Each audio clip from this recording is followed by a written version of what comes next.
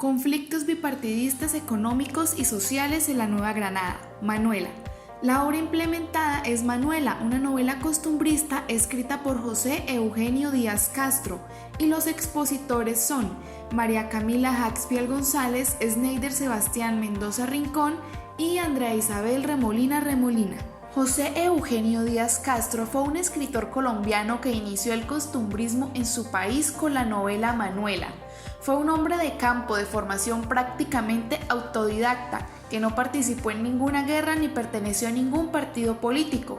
Sin embargo, recreó con una mirada sociológica muchos de los hechos y acontecimientos de la turbulenta etapa histórica que hubo de vivir. Realizó sus estudios primarios en el Colegio de San Bartolomé, pero debido a una afección que padecía en el pecho y a un accidente al caer de un caballo, tuvo que abandonarlos y continuar con sus lecturas de manera autodidacta. Para subsistir se dedicó a las labores del campo, algunas veces como propietario y otras como mayordomo, en tierras frías y calientes de Colombia. José Eugenio Díaz Castro publicó muchos artículos costumbristas en los periódicos El Bien Social, El Mosaico, El Bogotano, Biblioteca de Señoritas y La América. Fue conservador y fervoroso creyente de los dogmas de la Iglesia Católica y fue uno de los fundadores de la tertulia El Mosaico. Escribió sus obras cuando vivía solo en una finca y dirigía un negocio de prensas de tabaco. Muchas de sus obras las redactó en una antigua mesa de nogal, utilizando todos los recursos que llegaban a sus manos, como las cubiertas de las cartas que recibía de sus familiares o en pedazos de papel. En 1861 enfermó y tuvo que recluirse, suspendiendo sus trabajos. Pasó sus últimos 5 años en cama aquejado por una enfermedad crónica e incurable. Sus principales obras fueron Manuela, El reloj de enlazar, Bruna Carbonera y Una ronda de Don Ventura Ahumada. En lo que respecta a la estructura o división de la obra, la novela se divide en 31 capítulos. Sus nombres son los siguientes: La posada de Malabrigo, La parroquia, El cura, ya que se repite el capítulo 3 en la novela, El trapiche del retiro, La lámina, Expedición a la montaña, La casa de un ciudadano, Lecciones de baile, Dos visitas, El mercado, La esmeralda, Revolución, Lo que puede el amor, Junta de notables, El asilo de la montaña, Cambio de ministerio, La fuga, Los carteros, Ambalema, Las confidencias, La octava de Corpus, El angelito, El San Juan, Resultados del San Juan, La tumba de Rosa, Cacería de Cafuches, El Nazareno, El archivo de Don Tadeo, Don Demóstenes y Manuela. Y en lo que se refiere a los momentos más importantes de los personajes, estos se pueden expresar en la sección que viene a continuación, es decir, los conflictos sociales, económicos y políticos que caracterizan a los personajes principales. Estos son, primero, el conflicto social de Manuela, el cual se desarrolla a partir de que se forma una revolución para apresarla porque ella aborrece a Don Tadeo, un tinterillo, un hombre que llega al pueblo como capataz y por medio de su astucia se convierte en gamonal, hace y quita leyes a su antojo, inculpa a los que lo aborrecen o él aborrece y libera incluso a los más culpables para que sirvan a sus propósitos. El conflicto político de Manuela. Es una mujer del siglo XIX que, a pesar de haber aprendido sobre política, no puede ejercerla porque no tiene derecho al voto. Ahora, el conflicto social de Don Tadeo es denunciado por estafa y hurto, por lo que deciden apresarlo. Hubo muchos que se rehusaron, pero hubo quien lo apresara, ya que el pueblo estaba cansado de sus atropellos y estafas. El conflicto político de Don Tadeo. Todos los conflictos de este personaje parten del mismo punto, su avaricia y ansia de poder. Logra ser la persona que manda en la parroquia y consigue ser el amo y señor de la misma, por medio del miedo y las mentiras. Habla como un liberal empedernido, pero actúa como un conservador asiduo. El conflicto económico de Don Tadeo. Siempre busca más y más. Es un personaje muy avaricioso que consigue todo lo que quiere, pero a costa de las lágrimas y la sangre de las personas que se interponen en su camino. Por último, el conflicto social de don Demóstenes. Este inicia desde el ámbito político, con respecto a sus ideales revolucionarios y diferentes. Es un hombre que ha viajado y conocido muchos lugares, pero se ve en un pueblo costumbrista.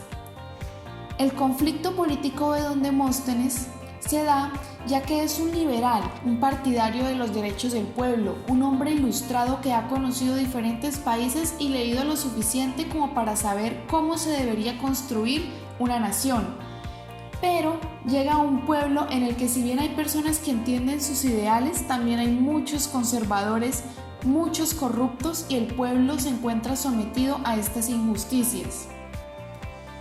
Por último, el conflicto económico de don Demóstenes se da ya que, a pesar de ser una persona de la más alta alcurnia de la capital nueva granadina, es un hombre que busca la libertad de las personas y el auge de la economía a través del empoderamiento de la clase obrera, lo que es totalmente diferente a los pensamientos de la época en que se desarrolla la novela. Ya bien decía él en la obra: yo venero el dogma de la igualdad entre todos los ciudadanos. Por su parte, las opciones o alternativas que siguen los personajes para solucionar los conflictos que los agobian son: en lo que respecta al conflicto social de Manuela, ella se da la huida al verse atrapada por una sociedad en la que solo le espera la cárcel. Y en el conflicto político de Manuela, a pesar de sus limitaciones por ser una mujer en la época de la República, Manuela no se minimiza a sí misma.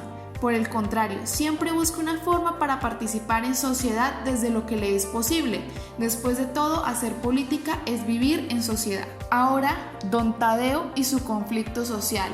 Al ser liberado de la cárcel por sus copartidarios, decide huir por miedo a volver a ser encarcelado, por miedo a un pueblo que se levantó contra él. En cuanto al conflicto político, vemos que es un personaje truculento. Siempre su forma de solucionar los problemas está dirigida hacia su único beneficio, sin importar por encima de quién deba pasar. Usa el miedo para intimidar y para seguir posesionado como dueño de la parroquia. Y con lo que respecta a su conflicto económico, vemos que la política en Colombia va muy ligada a la economía, por lo que al conseguir la solución a sus problemas políticos, también consigue la solución a sus problemas económicos. Finalmente, en lo que respecta al conflicto político de don Demóstenes, él empieza a esparcir sus ideas en el pueblo, a encender la chispa de la revolución, a mostrar que puede haber formas de gobierno más justas y que no estén basadas en el miedo, lo cual también se relaciona con la solución a su conflicto social, ya que, a pesar de sus diferencias con el pueblo en el que se encuentra, logra adaptarse muy bien y fácilmente a ellos, mientras les enseña mejores maneras de dirigir y ser dirigidos. Finalmente, en lo que respecta a su conflicto económico, este hombre, en lugar de darse a los lujos que su estatus social le confiere, decide viajar para conocer y conocer para viajar, para poder enseñar y luchar por el pueblo, primero mano a mano y luego busca hacerlo desde el Senado de la República. Ahora, el análisis personal o grupal sobre la importancia de esta novela, que sirve para comprender los orígenes de los conflictos contemporáneos de los colombianos. El análisis es el siguiente. Con la lectura de esta obra sale a relucir que los problemas a los que nos enfrentamos actualmente los colombianos vienen desde el siglo XIX y que aún no hemos salido realmente de la época de la Nueva Granada.